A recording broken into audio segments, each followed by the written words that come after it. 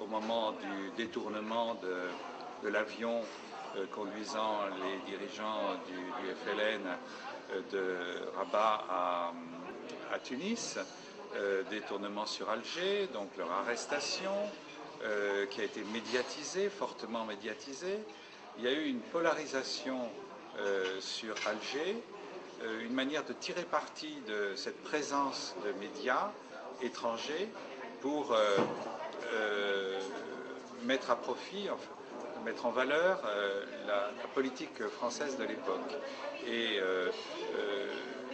la phase dite de la bataille d'Alger, des 6 premiers mois de l'année 57, a été comme mise en scène, d'une certaine façon, par les extrémistes de la colonisation, avec cet appel à l'armée, à la division parachutiste du général Massu, cet appel à l'armée, cette place que l'armée a occupée, au mépris de toutes les libertés et de tous les droits de l'homme, ça a été provoqué, construit. Il y a eu toute une politique qui était destinée à montrer et même à susciter les attentats du côté du FLN par des sortes de provocations terribles comme cet attentat de la rue de Thèbes. بالجزائر الإضراب يتبع بالإجماع في جميع أنحاء البلاد. تم تطبيق شعار المدن الميتة. خلت شوارع الجزائر العاصمة، المحلات التجارية مغلقة، العمال لا يلتحقون بمناصب عملهم ولا التلاميذ بمقاعد دراستهم. لوقف الإضراب القوات الفرنسية تكسر الستار الحديدي للمحلات التجارية وتأخذ العمال بالقوة إلى أماكن عملهم والتلاميذ إلى مدارسهم. على الرغم من القمع الشرس والتهديدات من كل نوع، الإضراب يستمر ويظهر دعم الشعب الكامل للأفلان في تحقيق أهدافه ومواصلة أعماله.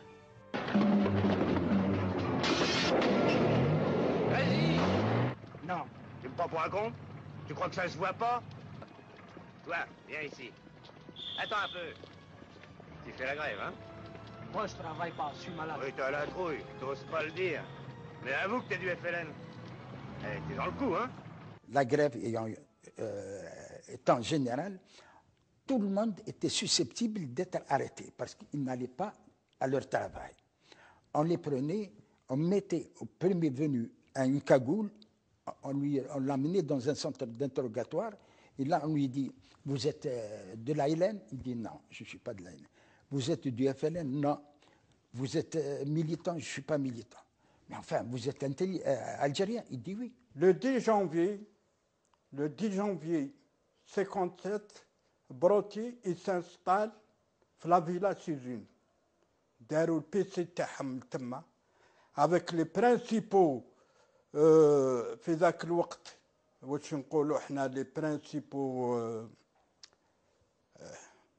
tortionnaires, le capitaine Folk, Faldmayer, le lieutenant Perrin, هذو كل كانوا تما في لا فيلا سوزيني. ولا فيلا سوزيني هذه سيتي لونسيان كونسولا d'Allemagne. على كل حال ils ont opéré. داو هما ديجا à partir du 14 janvier قبل لا غريف دي جور ليطا ماجور تاعنا هنا داوهم. ils ont été arrêtés.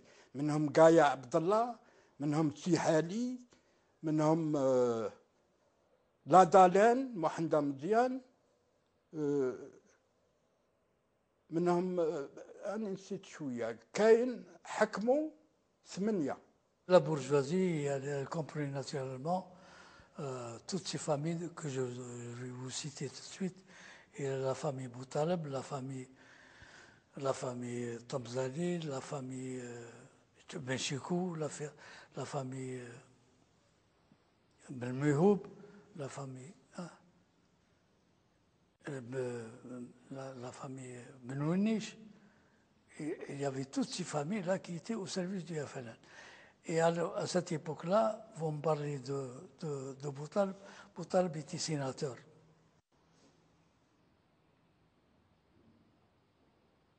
Tout en étant sénateur, sa maison servait de refuge pour les fidèles algériens.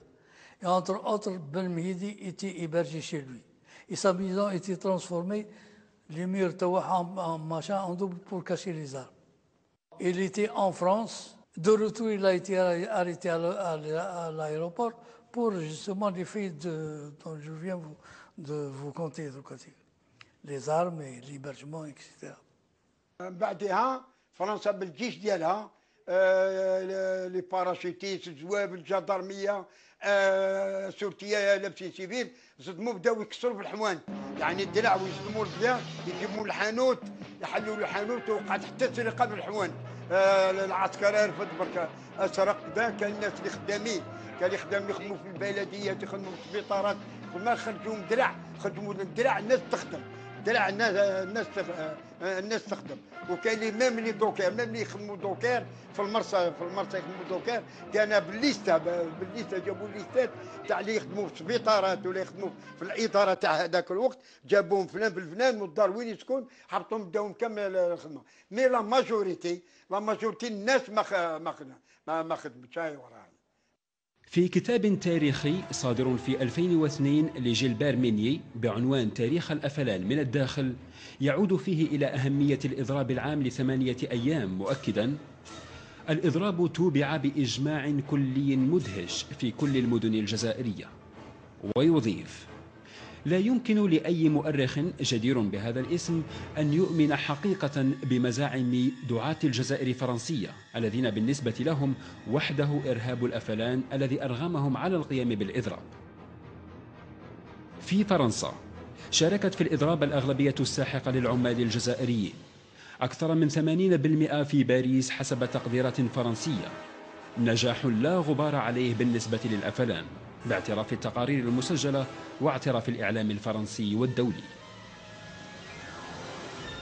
Bijawi est venu avec la note, la directive de 8 jours, la grève de 8 jours. En France aussi, les travailleurs algériens ont réagi à l'initiative de la grève et beaucoup d'entre eux, effectivement, ont suivi le mot d'ordre du Front de Libération Nationale. Et à la fin, la grève de 8 jours. هذه كبيرة هذه سيتي كرو قلت له سي محمد احنا هنا ما عندناش الشعب pour nous soutenir pour nous héberger pour nous قلت له demain on va avoir 20 30 40 licenciés 40 chômeurs واش اللي يعيشوهم واش قال لي امر تنوض يا وخذي c'est ce qu'il m'a dit à Abdelwahab quand je suis descendu à Lyon. Bon, je descends à Lyon, je vais à Abdelwahab à la rue du Noir, chez Belhouchet qui tenait un café. واش الحكمة قلت له جانا شيف جديد وتو سا واش جاب؟ قلت له جاب إضراب تاع 8 أيام داروها ما سمعش.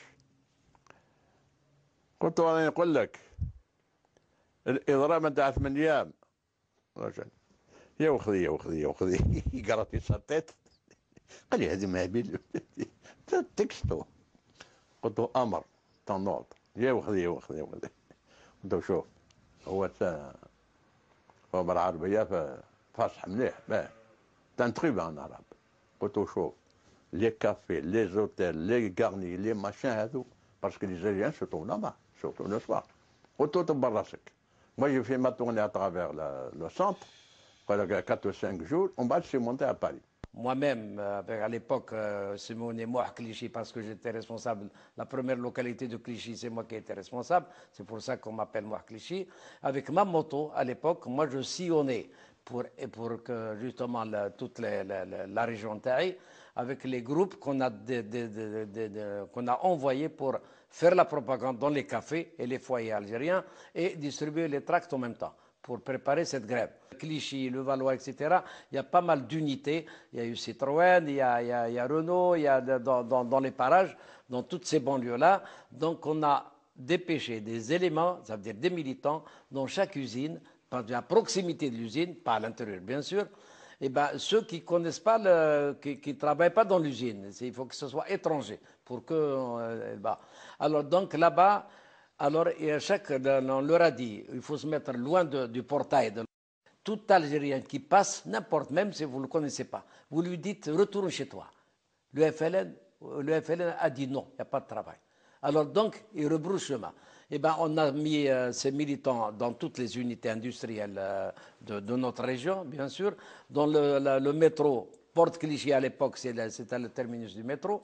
Dans les stations de bus qui amènent justement toutes les...